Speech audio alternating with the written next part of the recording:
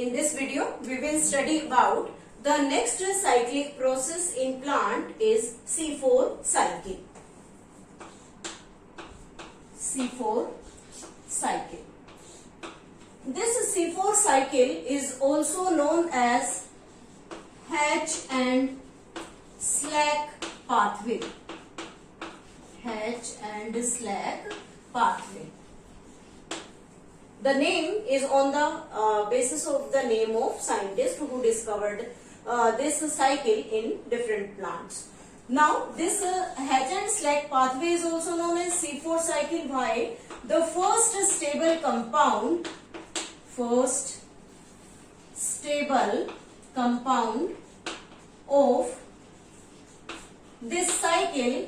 of this cycle is 4-carbon compound, and this compound is named as OAA.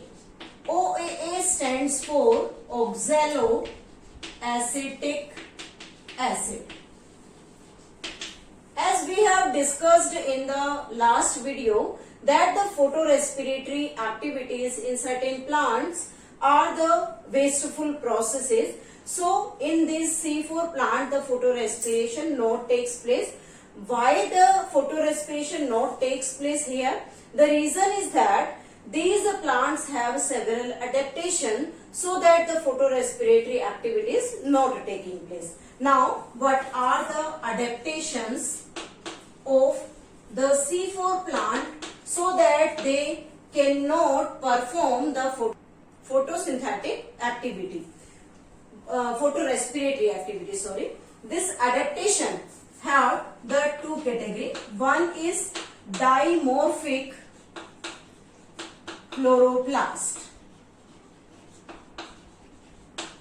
Means those plants which perform the C4 activities or C4 cycle, they have two different types of the chloroplast. One type is known as the granule chloroplast, and second is known as agranule. Granule chloroplast ऐसा chloroplast जिसमें थाइलाकोइड्स और ग्रेनास present होते हैं. This is the double membraned cell organelle, that is the chloroplast, and in this chloroplast there is present the stacks of the thylakoid, and these stacks of thylakoids bounded with the stroma lamella. These stroma lamella attaches the granum with one another as well as with the inner membrane of the chloroplast. But in this agranule chloroplast, only the stroma lamellas are present here. This is the double membraned cell organelle in which only stroma lamellas are there. No granum will be there. So what will happens here? In the granule chloroplast, the photosynthetic light reactions also takes place, means non-cyclic and cyclic photophosphorylation. But in this agranule chloroplast, only the C4 cycle takes place in the C3 cycle takes place in the specific types of cells. Now, the second adaptation is Crane's anatomy. Crane's anatomy means the leaves have the specific arrangement of the mesophyll cells as well as the bundle sheath cell. If we take a cross section of the leaf, then it consists of the upper and the lower epidermis here, and the differentiation of the parenchymatous tissue, that is the mesophills. This one is the palisade parenchyma, which is compactly packed, and then the spongy parenchyma, which is the loosely arranged cells. But in the center of the leaf, there is present a strand of vascular tissue, and this strand of vascular tissue consisting of a specific arrangement of cells around the vascular bundle, which is named as bundle sheath cells. Like this, there is the arrangement, and here the vascular tissue is present. Now, this bundle sheath cell also consists of chloroplast in it. These plants have important adaptation that they shifted the process of C3 cycle in deep-seated cells. In normal plants, the C3 cycle always takes place in the mesophyll cells, but here that C3 cycle always takes place in bundle sheath cell. So this type of the arrangement in which to prevent the photorespiratory activity, the plant shifted its C3 cycle steps in different layers of the leaf. So these are the two adaptations of the C4 plants so that they can prevent the activities of photorespiration. Now let me start with the cyclic event, how the respiratory activities can be withdrawn from these plants, as well as what are the different adaptations on the basis of the two different types of tissue. This is named as the mesophyll cells, and the second one which is named as this bundle sheath cell. Sorry, bundle sheath cells. Let me draw the cyclic event. First we are taking here the chloroplast of mesophyll, and then the bundle sheath chloroplast. So these are the two different types of the chloroplast, and these chloroplasts are connected with one another, means the compound formed in mesophyll cell shifted to the bundle sheath cell chloroplast. Now what will happen here? First of all, the atmospheric carbon dioxide combines with water, means this atmospheric CO2 and water combines and producing H2CO3. This is carbonic acid, and this carbonic acid is produced on the basis of enzyme carbonic anhydrase. This is the activity of carbonic anhydrase, where it combines the carbon dioxide with water, producing the carbonic acid. Now this carbonic acid get dissociate, producing H positive and HCO3 negative. This is named as the bicarbonate ion. Then in this cycle, that is the cells which are using here is mesophyll cells, and these are bundle sheath cells. Bundle sheath cells, or the chloroplast of the bundle sheath cell. Now what will happen here? This bicarbonate ion combines with PEP. This PEP stands for phosphoenol pyruvate. Phosphoenol pyruvate. And this phosphoenol pyruvate and this HCO3 combines to produce a 4-carbon compound that is named as OAA. This OAA, which we have written here, that is oxaloacetic acid. Now this oxaloacetic acid is formed with this PEP and bicarbonate ion. So there is an enzyme which is named as PEP case. Pepcase enzyme, means this pepcase enzyme have the activity of the carboxylation.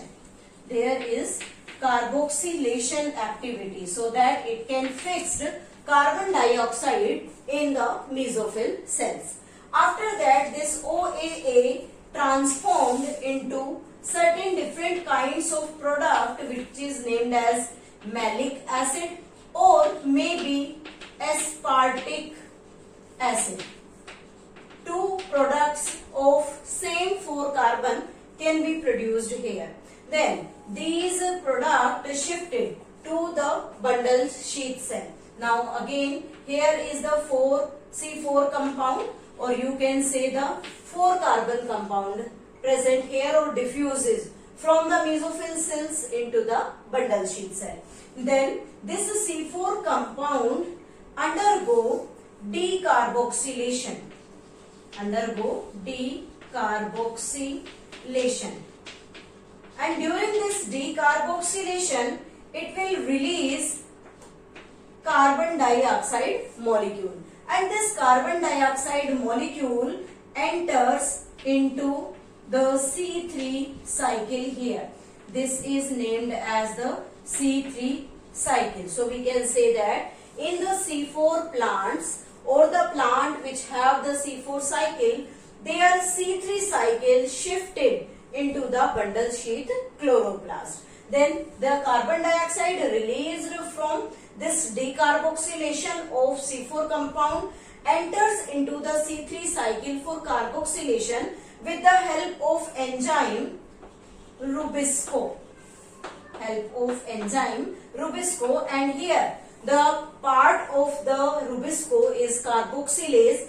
Why? There will be the high concentration of carbon dioxide. Now this C4 compound when show decarboxylation, then one carbon released in the form of carbon dioxide and the remaining product consisting of C3 compound means the compound having 3 carbon, and that compound is named as pyruvic acid.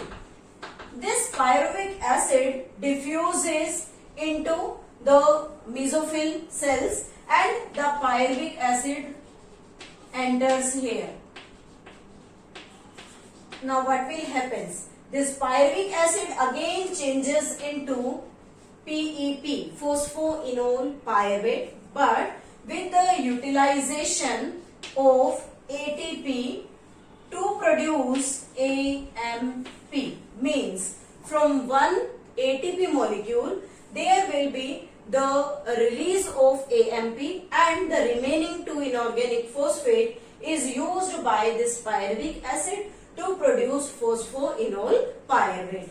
One thing is to remember here that this pyruvic acid when changes into PEP, then it uses 1 ATP molecule. If this reaction we can write like this: if 2 ATP are there, then they will dissociate and forms 2 ADP. But the result is same. In this case 1 ATP is used and 2 inorganic phosphates were released, and in this case 2 ATP is used and 2 inorganic phosphates released here. After this completion of cycle, we make a result of this cycle for the production of 1 glucose. That glucose is produced from this C3 cycle. So for the production of 1 glucose, the 6 carbon dioxide, we can write here, 6 carbon dioxide is used for the production of or the release of 1 glucose molecule. But in one cyclic event only 1 carbon dioxide is used for production of glucose. When this cycle turns 6 times, then 1 glucose is produced here. And for 1 carbon dioxide fixation, there is the need of 2 ATP molecules. So when the 6 CO2s are used, then they will multiplied by the 2, and the total number of assimilatory powers used here are 12 ATP. Why? For the production or for the fixation of 6 CO2 molecule to produce the glucose. So we can say that when we perform this C3 cycle, as we have studied in earlier videos, for the C3 cycle, this is C3 cycle, then here the 18 ATPs are used for production of 1 glucose. But for C4 cycle, there is 18 ATP which is used in the form of C3 cycle which occurring in the bundle sheath cell, and additional 12 ATP molecules are used to prevent the effect of photorespiration. So the more expenditure of energy takes place here, or you can say it is highly expensive process in the form of energy. Then this type of event completely consisting of, or you can say the use of 30 ATP molecule for the release of one glucose molecule during the photosynthetic activity. So we can say that this C4 cycle need 12 more ATP to produce one glucose, and that is the adaptation why the photosynthetic activities are taking place in the deep-seated cell inside the bundle sheath cells to prevent the photorespiratory activities. Now, what are the different examples of the C4 plant? The C4 plants are maize, sorghum, and sugarcane. And these are the high temperature plants, means which grow in high temperature in the temperate region where the oxygen concentration is high and the carbon dioxide concentration is very low. When the oxygen is very high, then the photorespiratory activities takes place, but these plants adapt themselves to prevent the photorespiratory activity, so they shift their C3 cycle in deep-seated cells which is named as the bundle sheath cell, so that they prevent photorespiration. Now, what are the different forms of the adaptations? The dimorphic chloroplast will be there. This granule chloroplast is present in mesophyll cells where only the C4 activities takes place, and in agranule chloroplast it is present in bundle sheath cells. And one more important thing, in C4 plant, two different enzymes are used. One is named as peptase and second is named as the rubisco. But this rubisco is not present in the mesophyll tissue, and this peptase is in very less concentration or less amount in the bundle sheath cell. So this is all about the C4 pathway.